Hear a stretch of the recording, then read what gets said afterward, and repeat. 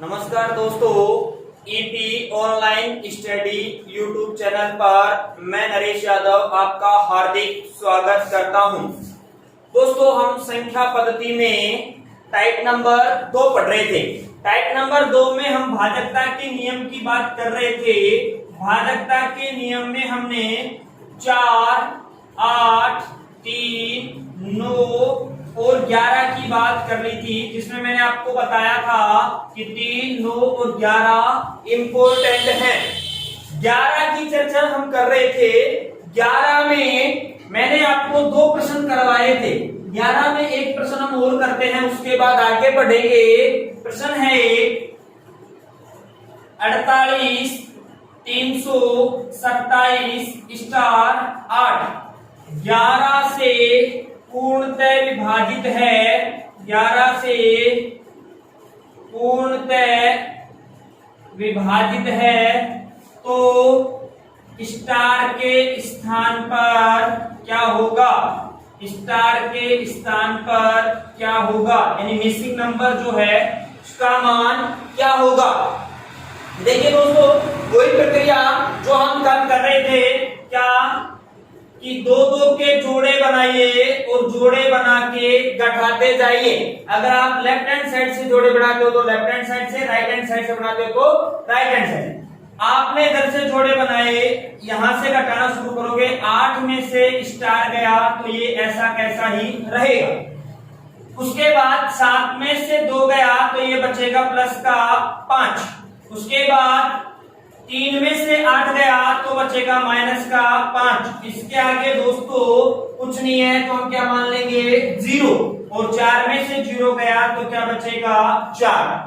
अब देखिए, यहाँ ये माइनस का 5 है और ये प्लस का 5 है, ये 2 गया कट। उसके बाद इन सबको जोड़ दीजिए और जोड़ के 0 के बराबर रख दीजिए। यहां जब आप इसको जोड़ोगे तो ये 4 प्लस 8 माइनस स्टार बराबर क्या आएगा? 0।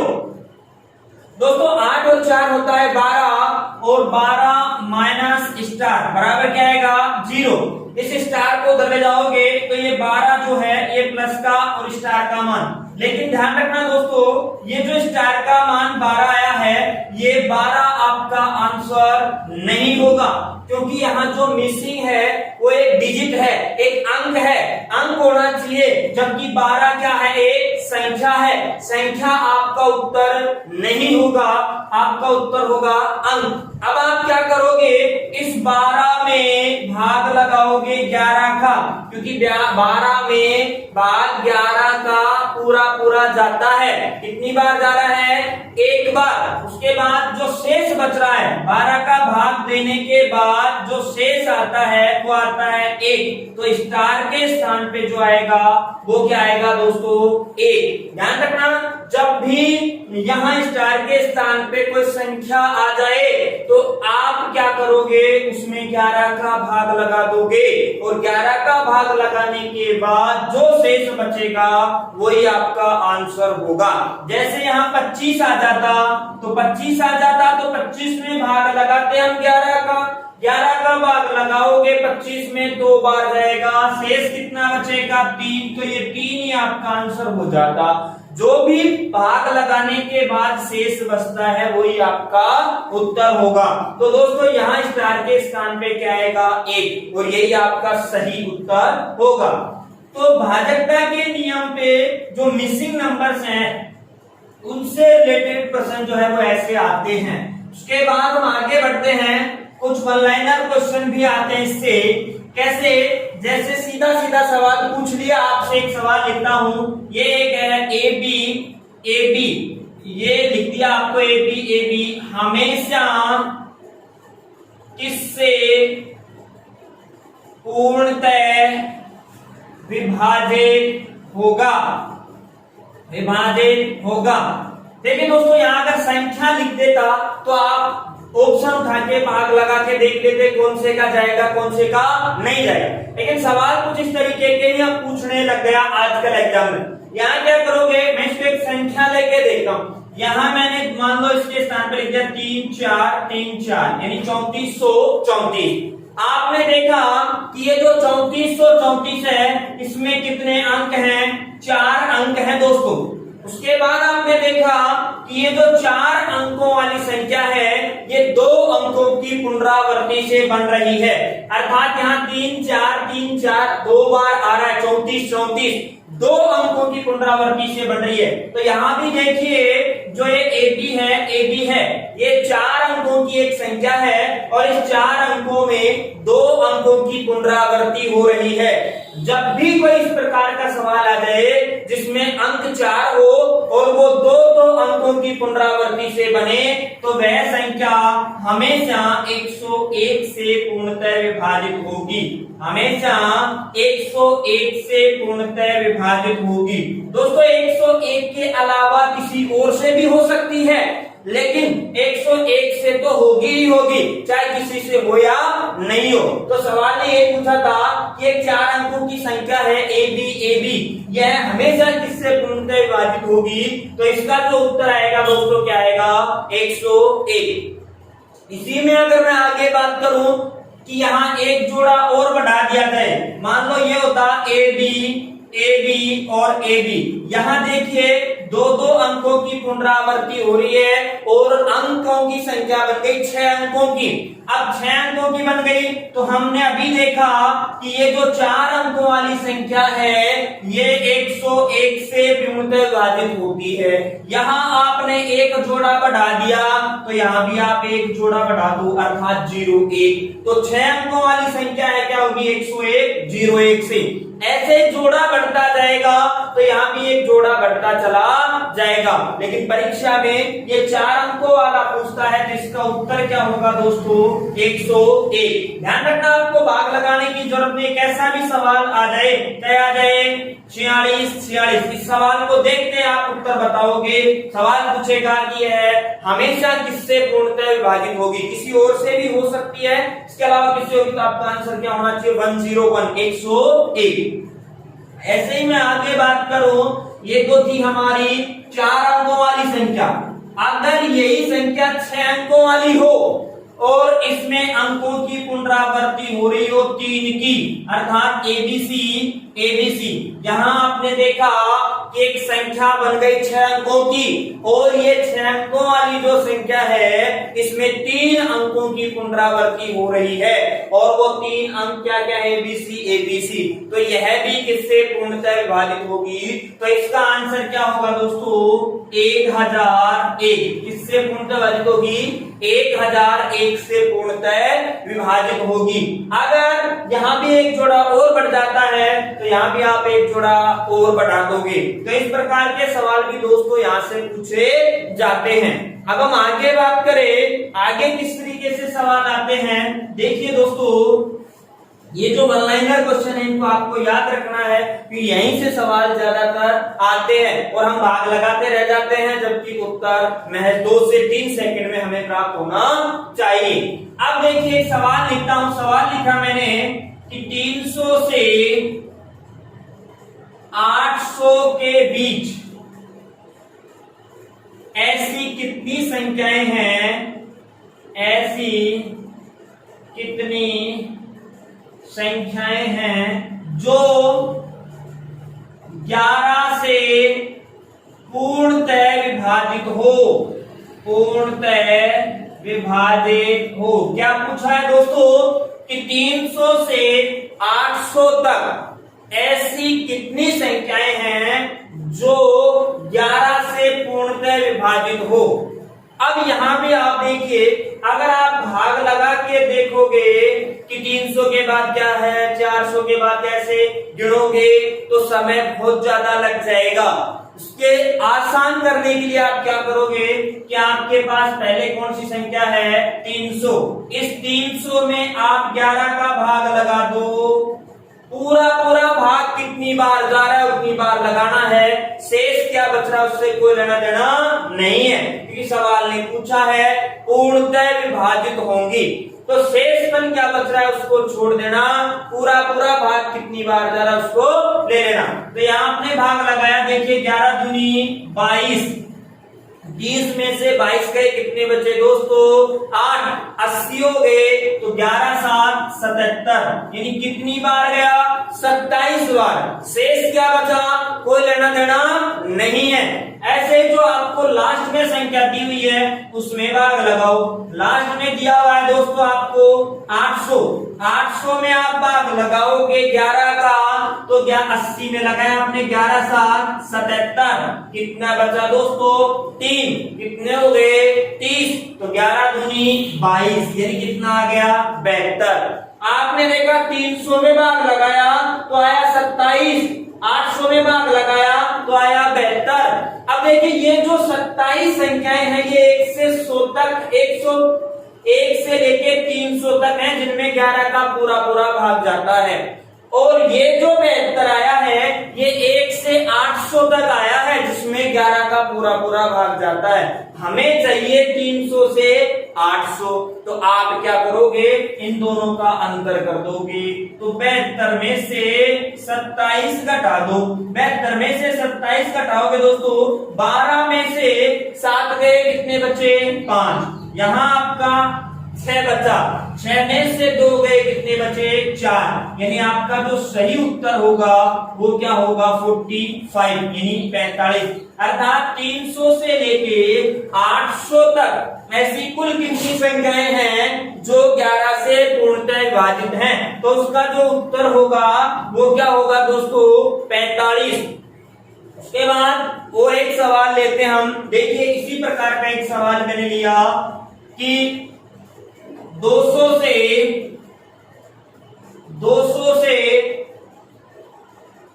845, 200 से 845 के बीच ऐसी कितनी संख्याएं हैं जो 12 से पूर्णतः विभाजित हो। 12, 15, 18, 20 किसी से भी पूछ सकता है सवाल वाला। तो यहाँ देखिए 200 से 845 के बीच ऐसी कितनी संख्याएं हैं जो 12 से पूर्णतः विभाजित हैं। सेम वही प्रक्रिया क्या कि आप पहले 200 में भाग लगाओगे 12 का, और पूरा पूरा जा रहा है वहां तक लगाना है, शेष क्या बच रहा है कोई लेना देना नहीं है।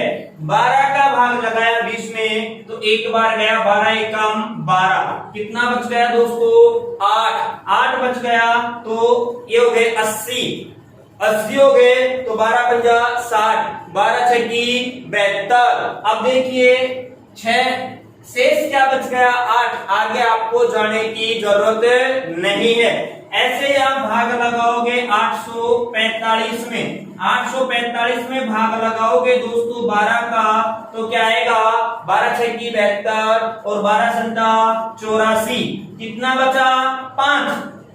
अब देखिए 5 बचा तो यहाँ 7 नहीं लिखना है आपको 0 लगाना है, यानी कितना हो गया 70। कितनी संख्याएं आई 70। अब देखिए 0 क्यों लगाते हैं, मैंने पहले वीडियो में भी आपको बताया था कि 0 बार भाग जाता है, टूटता नहीं है। इसको देखिए एक बार मैं लिख के बताता हूं। ये आपका 12 का भाग लगाया 845 में, तो दोस्तों ये जो होता है, मैं अगली जो टाइप पढ़ाऊंगा उसमें बताऊंगा, ये जो होता है ये हमारा भाजक होता है, ये होता है हमारा भाज्य, ये होता है हमारा भागफल, और नीचे बचता है वो शेषफल। तो यहाँ देखिए यहाँ भागफल लिखेंगे, इसके अलावा कुछ नहीं लिखेंगे। तो आपने भाग लगाया 12 में, 12 का भाग 84 में, तो 12 संता 84, क्या बचा शेष कुछ नहीं। अगला अंक उतारते, अगला अंक क्या है 5। हमने देखा कि 5 में भाग नहीं जाता, इसलिए हम क्या करेंगे आगे जाएंगे, आगे कोई अंक है नहीं, तो हम क्या करते हैं भाग लगाएंगे। भाग जा रहा है कितनी बार 0 बार, 0 बार भाग जा रहा है दोस्तों। देखिए आपने पहले दिया 7 बार, तो 7 को 12 से गुणा किया 84 आया, वही तो आपने यहाँ लिखा। कैसे यहाँ करना है 0 बार भाग जा रहा है, 0 को आप 12 से गुणा करोगे तो 0 आएगा, फिर आप घटाओगे, फिर अगला अंक उतारोगे। अगर आप यही कोई अंक उतारते हो तो गलत करते हो। विशेष रीट वाले विद्यार्थी इस बात का ध्यान दे कि यहाँ भाग ऐसे आपको बच्चों को सिखाना है। अगर आप यहाँ कोई अंक उतारते हो और यहाँ 0 उतारते हो तो प्रक्रिया गलत है। हालांकि हम बचपन से यही करते आए हैं, लेकिन गलत है दोस्तों, ये प्रक्रिया सही है। आगे कोई अंक नहीं है, आगे कोई अंक नहीं है। अब अपना शेषफल जो है वो क्या आया है, 0। यहां शेषफल 0 लिखे, यहां 0 लिखे, ऐसे मत लिख देना। तो बाहर कितनी बार गया, 70 बार। यहां कितनी बार गया, 16 बार।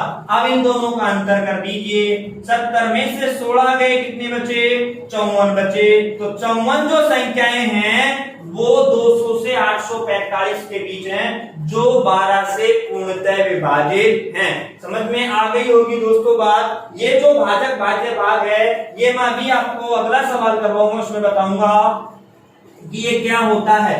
उसके बाद ऐसा ही और सवाल लेता हूं मैं। अगला सवाल देखिए, अगला सवाल ये है, सवाल ये है कि 100 से 600 तक या 600 के बीच ऐसी कितनी संख्याएं हैं जो 2, 3 व 4 से पूर्णतः विभाजित हो। वहां पिछले 2 सवालों में मैंने क्या किया था कि पिछले 2 सवालों में एक ही संख्या ली थी, जैसे 12 ले ली थी, 11 ले ली थी। यहां सवाल कुछ अलग पूछ रहा है। अलग क्या पूछ रहा है दोस्तों, कि ऐसी संख्याएं गिननी है आपको जिसमें 2 का भी पूरा पूरा भाग चला जाए, 3 का भी पूरा पूरा भाग चला जाए और 4 का भी पूरा पूरा भाग चला जाए, यानी तीनों का पूरा पूरा भाग चला जाए। वो संख्याएं कितनी हैं। अब अगर आप अकेले अकेले भाग देके देखोगे तो सवाल हल नहीं होगा, क्योंकि तीनों का समान भाग जाना चाहिए, समान संख्या में जाएगा। तो हम एक बात जानते हैं कि वह छोटी से छोटी संख्या जो होगी जिसमें 2, 3, 4 का पूरा पूरा भाग चला जाए, वह इनका लघुत्तम होगा, लेसे होगा, एलसीएम होगा। देखिए 2, 3 व 4 का हम लेंगे एलसीएम, लेसे। ये अलग से एक टॉपिक है, एलसीएम और एचसीएफ, इसको हम पढ़ेंगे इसके बाद में। अभी तक आप देख लीजिए।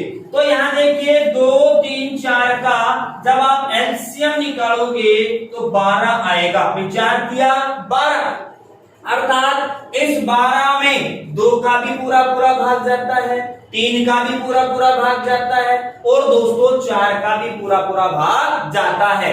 तो हमें एक कॉमन नंबर मिल गया, एक कॉमन संख्या मिल गई जिसका सब में भाग जाता है, अर्थात क्या मिल गया, 12। तो 12 का भाग लगा दोगे यहां, जिस संख्या में 12 का पूरा पूरा भाग जाएगा उस संख्या में 2 का भी, 3 का भी और 4 का भी, तीनों का पूरा पूरा भाग जाएगा। तो अब आप 12 का भाग लगाओगे 100 में। बाकी की प्रक्रिया सेम है, समान है। बाकी जो आपने पहले काम किया वही यहाँ करना है। बाकी की प्रक्रिया क्या है कि आपने भाग लगाया 100 में, 100 में 12 का भाग लगाया तो 12 संतु 84 और 12 अंठा 96, कितना आया दोस्तों, 8। उसके बाद आपने 600 में भाग लगाया 12 का। मैंने पहले बताया कि जो ये शेष बच गया इसको बच जाने देना। कभी आप सोचना साहब शेष बच गया इसका क्या करें, इसका कुछ नहीं करना है, जो बच गया उसको बच जाने देना। तो यहाँ देखिए 12 का भाग लगाया तो 12 पंजा 60, यही वही पिछले बड़ा सवाल, 0 बार जाएगा, कितना आ गया, 50। अपने को चाहिए क्या था, 100 से 600 के बीच ऐसी कितनी संख्याएं हैं जो इनसे भाजित हैं। तो आप अंतर कर दीजिए, 50 माइनस 8, तो आपका उत्तर आएगा, वो आएगा दोस्तों 42। तो इस प्रकार का सवाल जो है वो परीक्षा में पूछा गया है। इंपोर्टेंट लगा लेना कि ये सवाल जो है एग्जाम में पूछा गया है कि ऐसी कितनी संख्याएं हैं जो इन सबसे पूर्णतः विभाजित हैं। उसके बाद हम आगे बात, यहां तक की बात आपके समझ में आ गई होगी। आगे हम बात करें, आगे किस तरीके के सवाल आते हैं उस पर हम चर्चा करेंगे। अगला जो सवाल है दोस्तों वो ये है,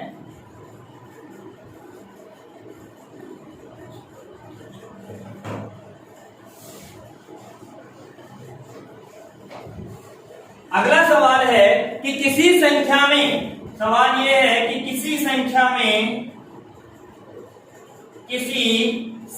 में 4, 5 व 6 का भाग देने से क्रमशः 2, 3 व 4 शेष बचते हैं, 4 शेष बचते हैं, तो वह संख्या क्या होगी?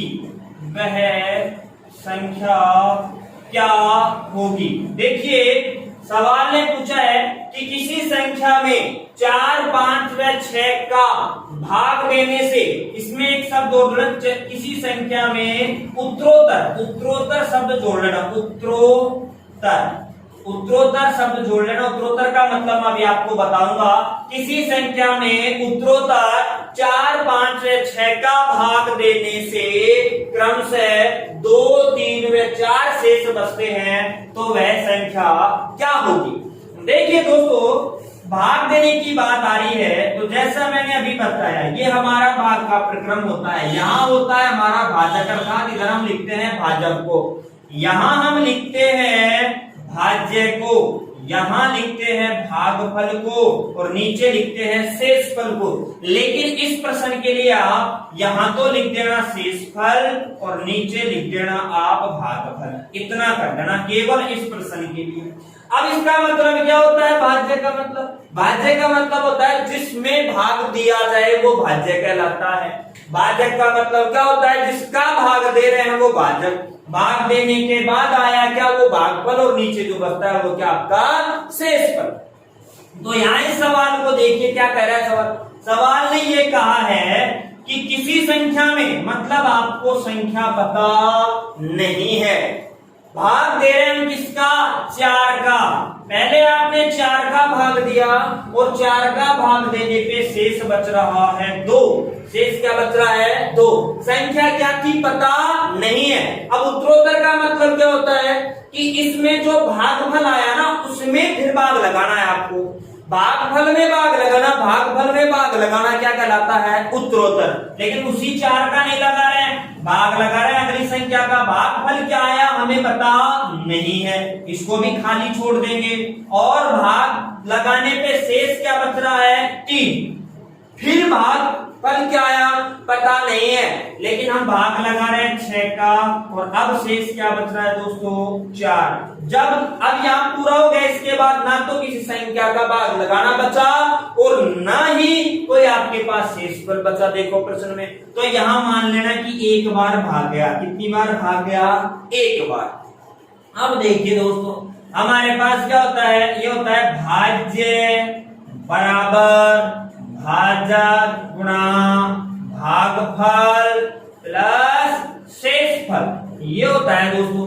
तो भाज्य बराबर, देखिए जो बीच वाले हैं ये भाज्य के खाने हैं दोस्तों। भाज्य यहाँ भी हमें नहीं पता कितना है, यहाँ भी नहीं पता कितना है, यहाँ भी नहीं पता कितना है। तो हम अगर यहाँ से शुरू करें नीचे से, क्योंकि 4 चीज है इसमें, 1, 2, 3 और 4। इन 4 में से अगर आपको 3 पता है तो आप चौथी संख्या ज्ञात कर सकते हो। तो यहाँ नीचे वाले में देखिए, यहाँ 1, 2 और 3 चीज पता है, तो आप चौथा ज्ञात कर लोगे। तो यहाँ देखिए, ये जो खाली स्थान है इसके ऊपर आप भूल जाइए कि अपने पास कुछ भी नहीं है। तो यहाँ आपने देखा कि ये 6 तो है हमारा भाजक, अर्थात हमें क्या ज्ञात करना है? भाज्य। इसको, ये जो खाली स्थान है यहाँ अपने को चाहिए, और ये किसका स्थान है? भाज्य का।